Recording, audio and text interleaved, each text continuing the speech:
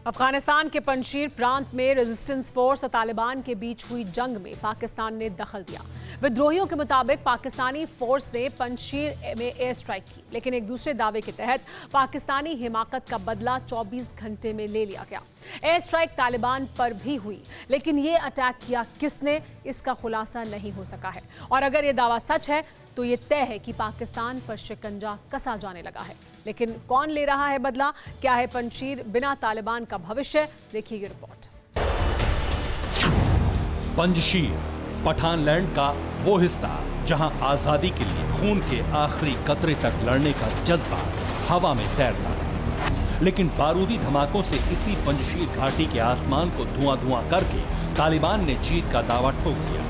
Resistance force के लड़ाके और northern alliance के मंसूबों के खिलाफ अफगान पर संपूर्ण कब्जे की बुनियाद इसी जमीन पर रखी है। तालिबान के इस दावे में सच्चाई थी या नहीं, इसकी पुष्टि इसलिए नहीं की गई क्योंकि सिर्फ एक पक्ष के दावे पर आंख मूंद कर भरोसा नहीं किया जा सकता। लेकिन रेजिस्टेंस फोर्स के सुप्रीम कमांडर के जारी किए गए बयान ने इस दावे पर भरोसा करने पर मजबूर किया, सोचने पर मजबूर किया कि एक मुल्क में जारी अंदरूनी जंग के बीच पाकिस्तान क्यों आया, किस हक से पाकिस्तान ने पंजशीर पर हमला किया, और तालिबान अगर सरकार गठन करने जा रहा है तो उसने पाकिस्तानी हमलावरों को अपने मुल्क में एंट्री की इजाजत कैसे दी। पाकिस्तान ने अपनी एयरफोर्स का इस्तेमाल हमारे खिलाफ किया है। पाकिस्तान ने पंजशीर में अफगानों पर सीधा हमला किया और दुनिया देख रही है।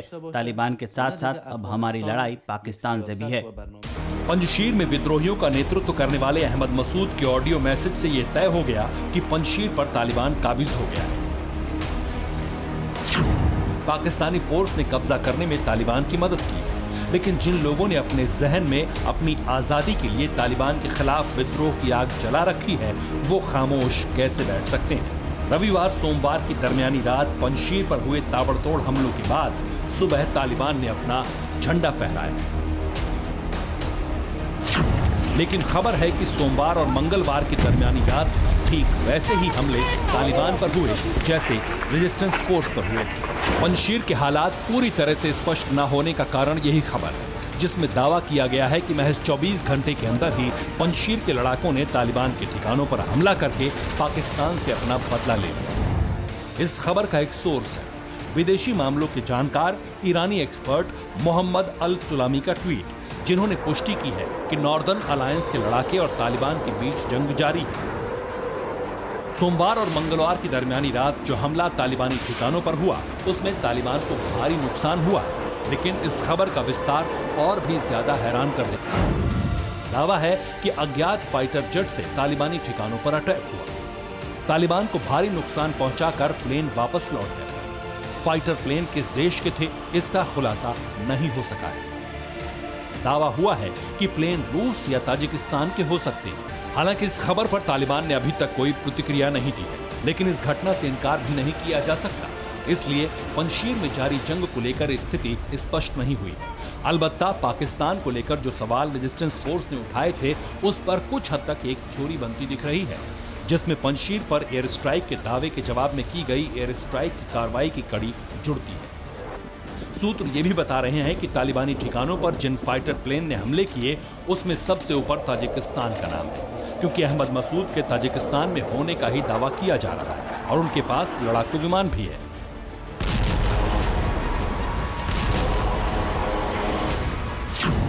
लेकिन शक की सुई रूस और ईरान की तरफ भी घूम रही है। ईरान पर इसलिए क्योंकि पाकिस्तानी हमले की ईरान निंदा कर चुका है। अब सवाल यह है कि क्या वाकई तालिबान पर एयर स्ट्राइक हुई है? इसका जवाब दूसरे स्रोत से जारी हुई जानकारी में देखिए। रेजिस्टेंस फोर्स ने भी तालिबान पर हमले का दावा किया। सोर्स अहमद मसूद समर्थक डिप्टी गवर्नर कबीर वासिक है।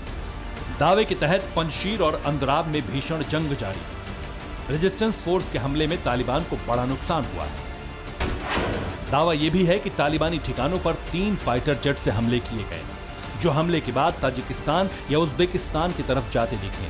हालांकि यह दावा ठीक उसी तरह का है जैसा पाकिस्तान की तरफ से हुई एयर स्ट्राइक को लेकर किया गया है, जिसमें ना तो अब तक जारी की गई किसी तस्वीर की पुष्टि हुई है, ना ही हमले से जुड़े दावे यकीन करने लायक हैं। हालात की गंभीरता को समझने के लिए पंजशीर पर पाकिस्तान की एयर स्ट्राइक को लेकर हुए दावे देखिए। सूत्रों के मुताबिक पंजशीर पर हमले के लिए चीनी ड्रोन का इस्तेमाल हुआ। चीन के पेलोड कैरियर CH-4 UAV से हमला किया गया। Made in China CH-4 drone laser guided missile से लैस था। हमलावर CH-4 ड्रोन पाकिस्तान से ऑपरेट किया जा रहा था और इसी दावे पर अफगानिस्तान के शरणार्थी संकट से सामना कर रहे ईरान ने पाकिस्तान के लिए चेतावनी भी जारी कर दी, जिसे तेहरान टाइम्स ने ईरान के विदेश मंत्रालय के प्रवक्ता सैयद खतीब जादेह के हवाले से प्रकाशित भी कर दिया। ईरानी विदेश मंत्रालय के प्रवक्ता ने बयान जारी करते हुए कहा है कि पंजशीर हमले में पाकिस्तानी हाथ की जांच हो रही है। तालिबान भी अपनी अंतिम रेखा को पार ना करे। पंजशीर के कमांडर्स की शहादत निराशाजनक है और पंजशीर पर हुए हमले की ईरान निंदा करता है। इसी चेतावनी के महज 24 घंटे के अंदर तालिबान पर हवाई हमले होने के दावे किए गए। सुबह होते ही काबुल में सड़क पर उतरे लोगों ने ISI चीफ फैज हमीद की अफगान में मौजूदगी के खिलाफ विरोध प्रदर्शन किया और अफगानिस्तान में सिविल वॉर के हालात उभर कर दिखने लगे। हालात इस तरह बदले कि जिस अमेरिका ने समझौते के तहत अफगान से वापसी की, उसने तालिबान का भविष्य अंधकार में दिखा दिया। एक तरह से प्रेसिडेंट बाइडेन ने सीधे तौर पर कह दिया कि तालिबान अगर सरकार बना भी लेता है तब भी अमेरिका उसे मान्यता नहीं देगा और अगर कभी मान्यता पर फैसला होगा भी तो वो तालिबान सरकार के व्यवहार पर निर्भर होगा। यानी जो पाकिस्तान तालिबान पर हावी होकर अपना नया ठिकाना बना रहा है, उसकी पूरी मेहनत बर्बाद हो गई। Bureau report TV9 Bharatvarsh. परवाह देश की, सोमवार से शुक्रवार रात 10 बजे TV9 भारतवर्ष पर।